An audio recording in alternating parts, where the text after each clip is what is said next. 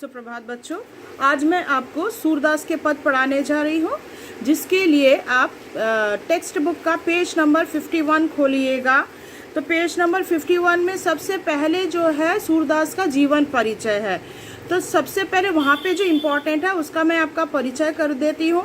तो सूरदास जी जो हैं वे कृष्ण भक्ति धारा के सर्वश्रेष्ठ कवि माने जाते हैं। तो किस धारा के कवि माने जाते हैं? कृष्ण भक्ति धारा के सर्वश्रेष्ठ कवि माने जाते हैं। और इनका जन्म जो है 1483 ईस्वी में, ठीक है, अंग्रेजी हिसाब से 1483 ईस्वी में सीही नामक ग्राम में इनका जन्म हुआ था।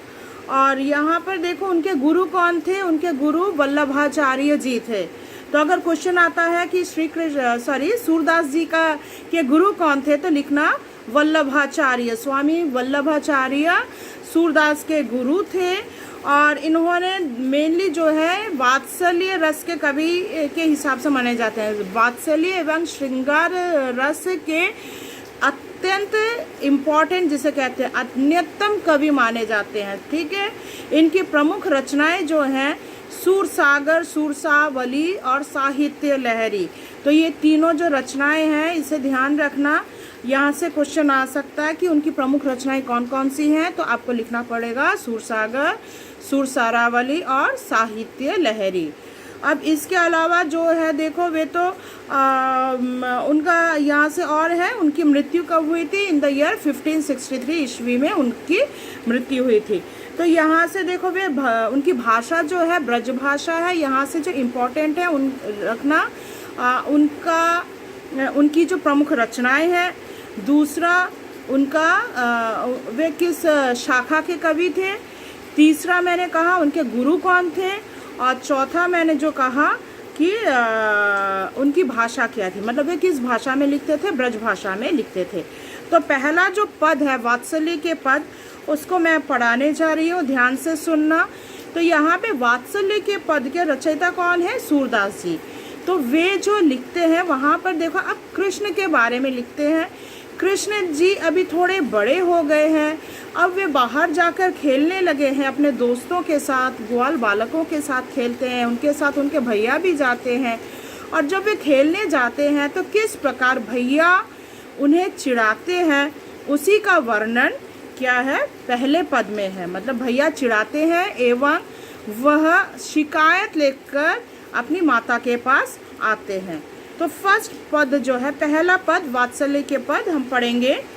मैया मोही दाऊ बहुत खिजायो, मोसो कहत मोल को लीन हो, तू जसुमती कब जायो।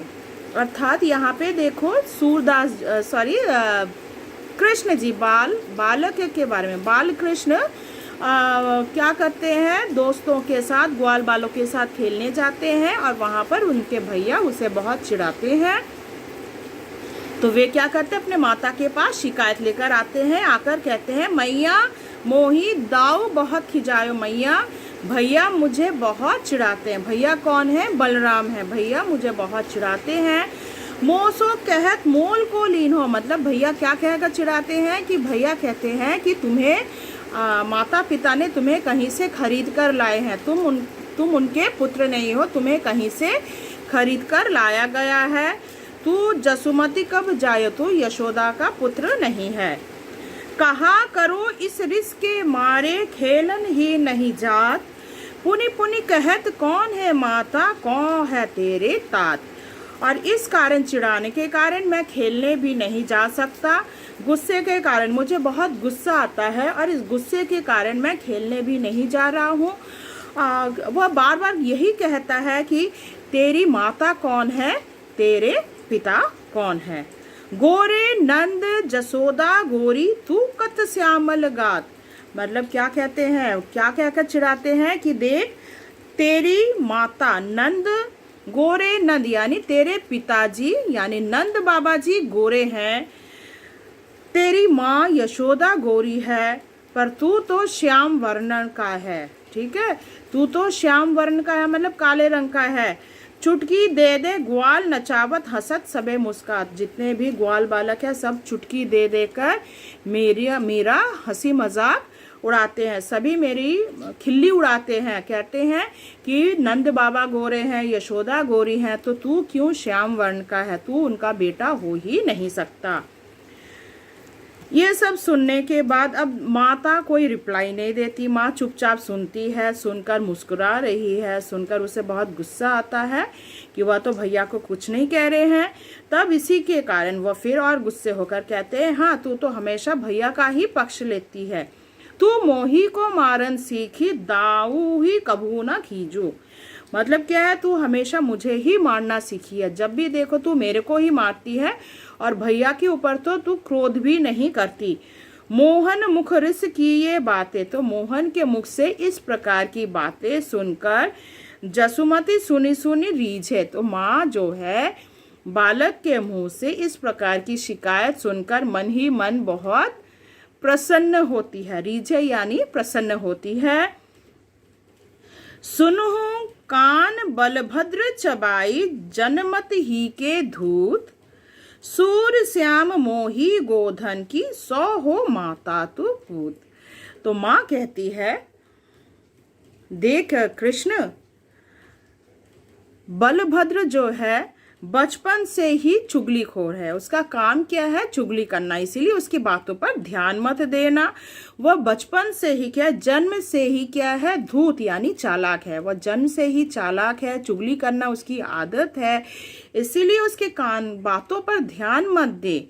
और फिर श्याम से क्या कहते हैं, माता कहती है, हे कृष्ण, मैं गोधन यानी मैं गायों की कसम खाकर कहती हूँ कि तू क्या है, पुत्र है और मैं माता हूँ।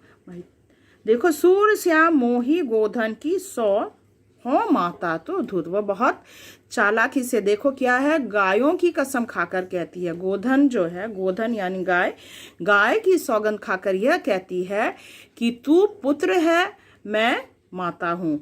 मतलब वह यह नहीं कहती, देखो गाय की सौगंध खाकर वह बहुत चालाकी से उत्तर देती है, क्योंकि वह झूठ तो नहीं बोल सकती, इसीलिए वो नहीं कहती कि मैं तेरी माता हूँ या तू मेरा पुत्र है, वह कहती है तू पुत्र है, मैं माता हूँ।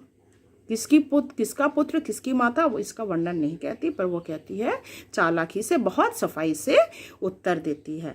तो आशा करती हूँ वात्सल्य के पद का पहला जो पद है तुम्हें समझ में आया होगा। अब देखो दूसरा पद हम पढ़ेंगे नेक्स्ट पेज संख्या आप लोग 52 खोलिए, ठीक है।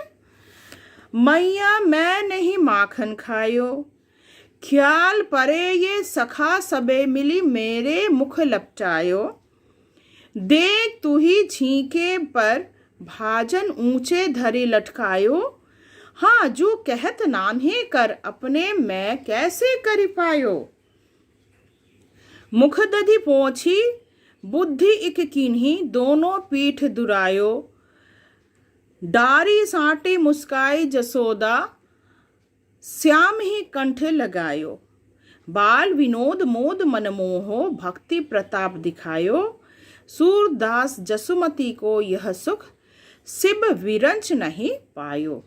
तो दूसरे पद में हम देखते हैं कि कृष्ण थोड़ा बड़ा हो गया है, वह चोरी करने लगा है और माता जो है मतलब यशोदा उसे रंगे हाथों दही चुराते माखन चुराते हुए पकड़ लेती है। तो जब यशोदा उसे रंगे हाथों माखन चुराते हुए पकड़ लेती है तो किस प्रकार कृष्ण क्या करता है, अपनी सफाई देता है। तो कृष्ण अपनी सफाई देते हुए क्या कहता है कि माँ मैंने माखन चोरी नहीं की है, मैया मैं नहीं माखन खायो, मतलब मैंने कोई माखन चोरी नहीं की है।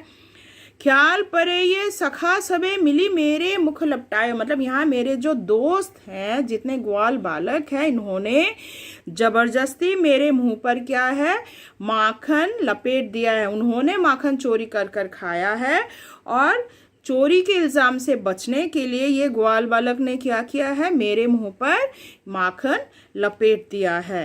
देख तू ही छींके पर भाजन ऊंचे धरी लटकायो, वो कहती माँ तू ही देख ये माखन तुमने कितने ऊपर लटका कर रखा है, मतलब छींका जो है कितना ऊपर लटका के रखा हुआ है, आखिर मैं तो छोटा बच्चा हूँ, है जो कहत नान्हे कर अपने मोह कैसे करी पायो, मतलब मैं तो नन्हा बालक हूँ, मेरे छोटे छोटे हाथ हैं, भला मेरा हाथ वहां तक छींके तक कैसे पहुंच सकता है, इसलिए मैंने माखन चोरी नहीं की है। मुख दधि पोंछी बुद्धि इक कीन्ही, दोनों पीठी दुरायो, डारी साटी मुस्काई जसोदा, श्याम ही कंठ लगायो। तो उसके बाद माँ जो है उसे डांटने के लिए वहाँ प्रस्तुत थी, हाथ में छड़ी लेकर खड़ी हुई है, पर बच्चे की मतलब अपने बालक की इस प्रकार बालक की इस प्रकार सफाई को सुनकर उसको क्या है, मनी मन बहुत मुस्कुराती है, हंसी आ जाती है। और फिर क्या करता है बालक कृष्ण, क्या करते हैं, उसके मुंह में जो दही लगा हुआ था वह पोंछ देता है, और पोंछने के बाद उसके हाथों में जो दोना था, दोना वह क्या करता है, पीठ के पीछे छिपा देता है, हाथ दोनों क्या करता है, पीछे पीछे कर देता है। दोना में दही रखा हुआ था और इसीलिए वह क्या करता है, हाथ पीछे करके कहता है कि देखो माँ, मैंने माखन चोरी नहीं की है। तब यशोदा मुस्कुरा देती है और अपने श्याम को अपने गले लगा लेती है। ठीक है, तो अपने पुत्र को गले लगाकर उसे प्यार करने लगती है। बाल विनोद मोद मन मोहो, भक्ति प्रताप दिखायो।